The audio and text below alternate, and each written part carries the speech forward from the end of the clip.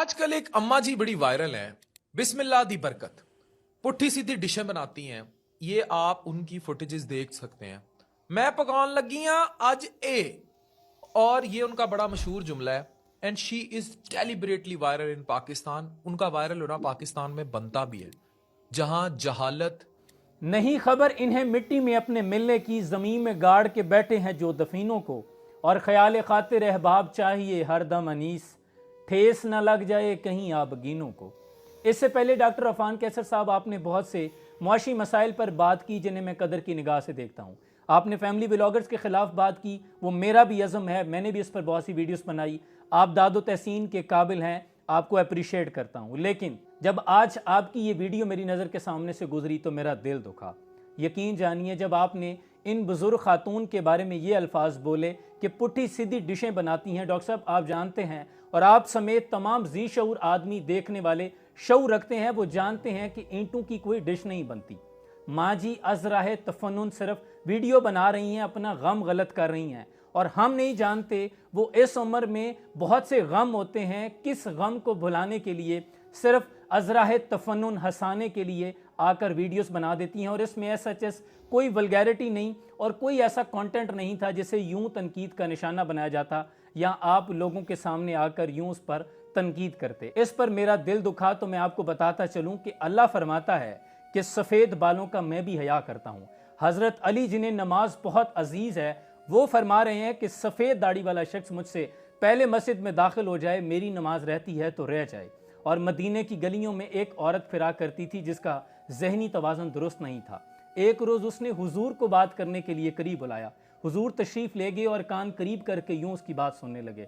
सहाबा ये मंजर देख रहे थे लेकिन अदब में खड़े रहे कि हुजूर को उन्होंने ये नहीं कहा कि हुजूर ये पागल है, आप इसकी बात ना सुने। अरबों की वो गर्मी की तपश आप जानते हैं।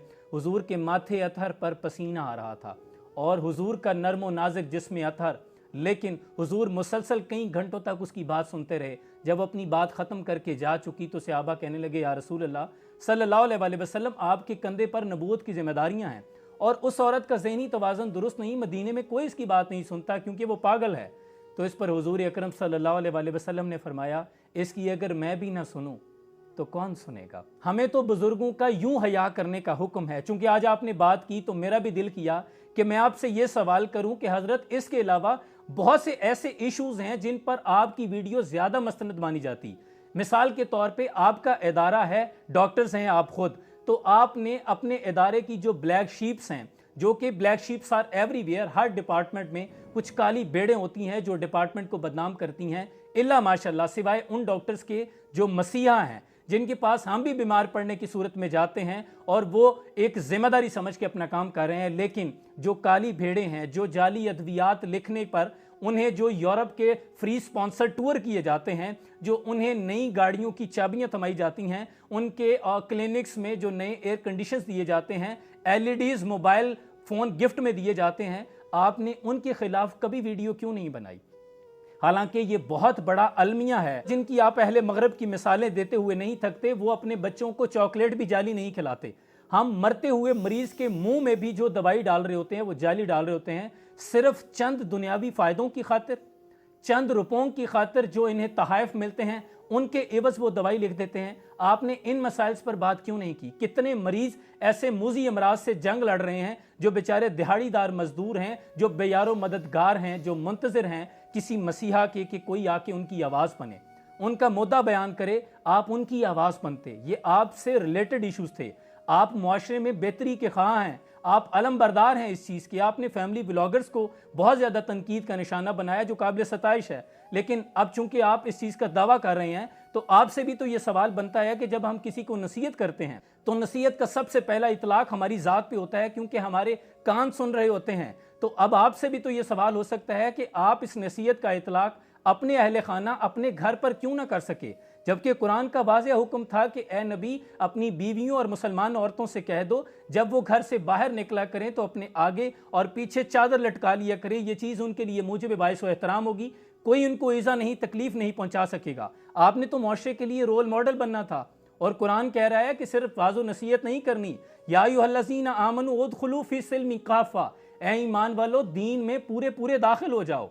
یوں نہیں ہے، حضور کا یہ فرمان ہے کہ وہ شخص دیوس ہے جس کے سامنے اس کے گھر کی عورتیں بے پردہ باہر جائیں، بے حیائی کو پرموٹ کریں، وہ دیوس ہے، اور دیوس جنت میں نہیں جائے گا۔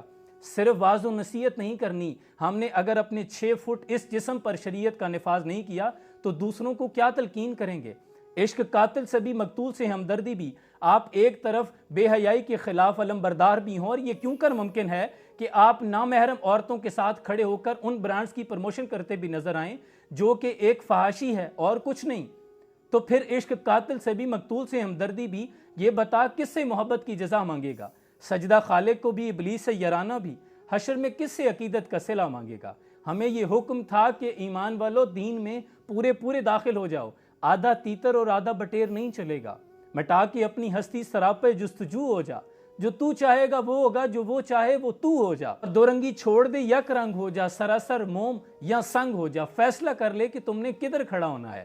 اور ہمارا مقصد آج کل سچ بولنا نہیں ہوتا، معذرت کے ساتھ ہم سچائی اگلے کے منہ پر مل رہے ہوتے ہیں، ہم تنقید نہیں کر رہے ہوتے کیونکہ تنقید برائے اصلاح ہوتی ہے، ہم تذلیل کر رہے ہوتے ہیں، اور دستک کا مقصد دروازہ کھولنا ہوتا ہے، ڈاکٹر صاحب دروازہ توڑنا مقصود نہیں ہوتا۔